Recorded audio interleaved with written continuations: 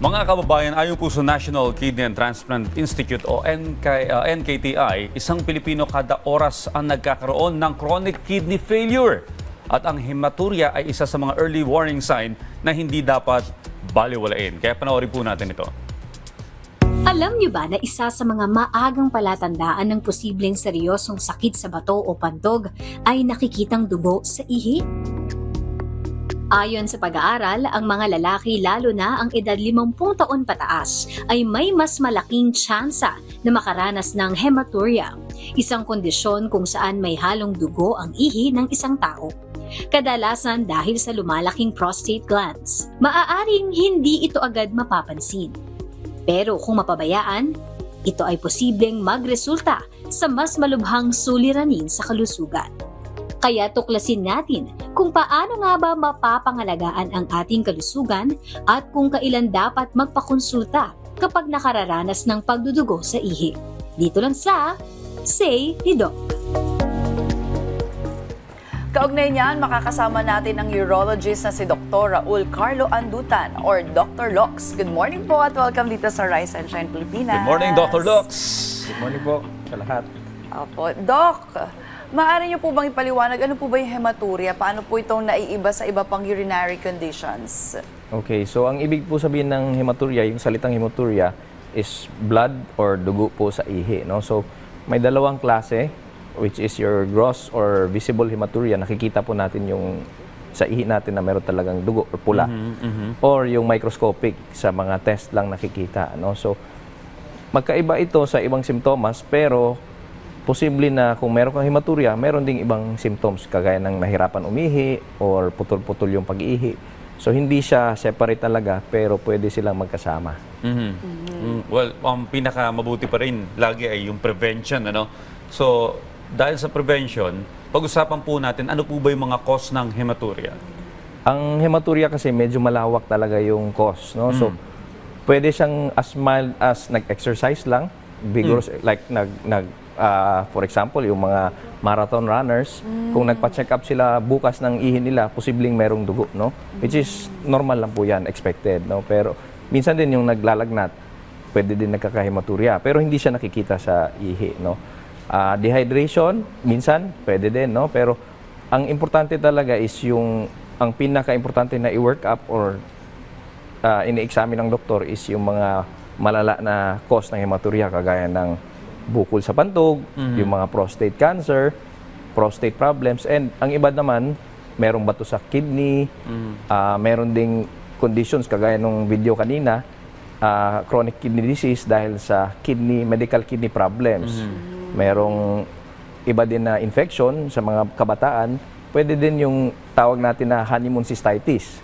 So, honeymoon cystitis is Ano po yun? yung first time nakipag-contact yung babae, nagka-infection yung pantog, minsan the next day or ilang days after, nakakaihi sila ng dugo, no, which is nagka-infection yung pantog nila.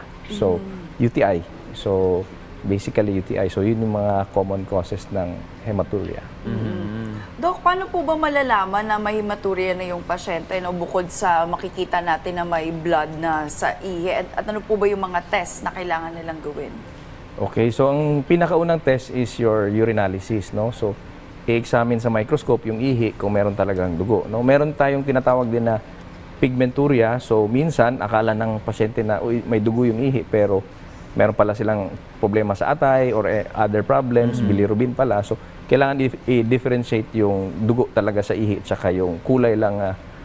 May ibang cause ng nagkulay yung ihi nila, kagaya ng dehydration, no? So, posible na yun yung magkaiba yun sa hematuria. Tapos yung mga ibang test, depende na yun sa sanhi, no? Pero pinakauna muna namin sine-check is urinalysis, kung talagang merong dugo. Pinaka-minimum na test sunod is yung ultrasound. Kasi sa ultrasound, marami tayong makikita. So, ang hematuria kasi, kidney, ureter, pantog, prostate, urethra, anywhere na dadaan yung ihi, posibleng doon ang gagaling. Usually, kung sa mga organs na yun yung may problema. Yes. Konektado, no? Well, may mga sintomas po ba na dapat bantayan bago pa ito lumala? Yes. Actually, yung hematuria pala, meron ka ng idea kung for example nag-ihi siya ng dugo, no? Kung for example, yung dugo niya bilog, so posible na galing sa pantog. Okay. Kung parang worms, posibleng galing sa taas yun, no? Kasi Liver part or hindi, kidney sa part? ureter. Ureter, okay. Or sa kidney kasi tubo natin sa ureter mahaba siya. So minsan pag umihi yung pasyente ng buo-buo. Ah, okay, so okay. minsan may kasamang bato yun pag may bato, no? So sorry na distract ako doon sa tanong mo.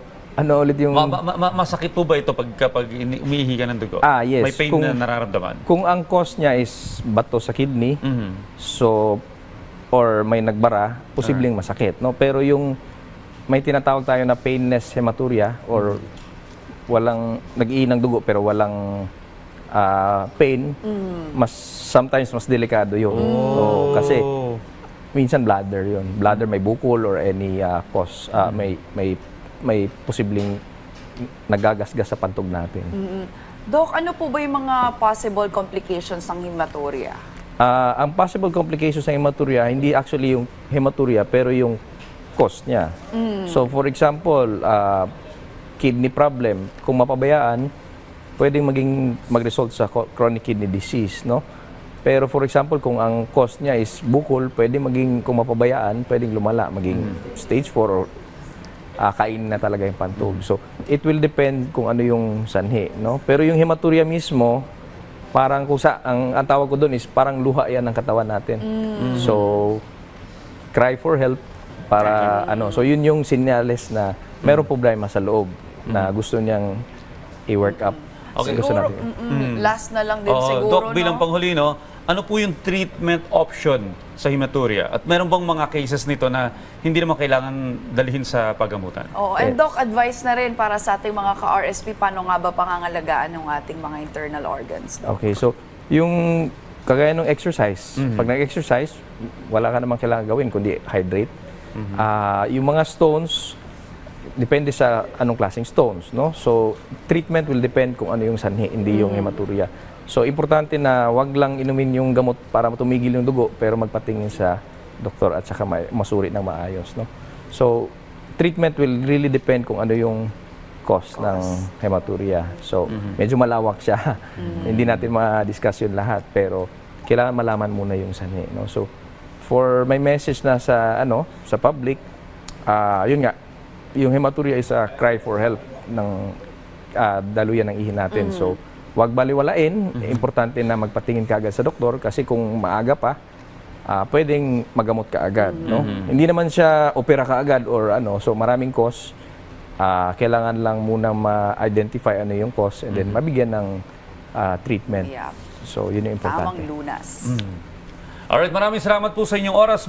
Muli nakasama po natin si Dr. Raul Carlo Andutan. Doc, maraming salamat po. Thank you, Doc. Thank you po.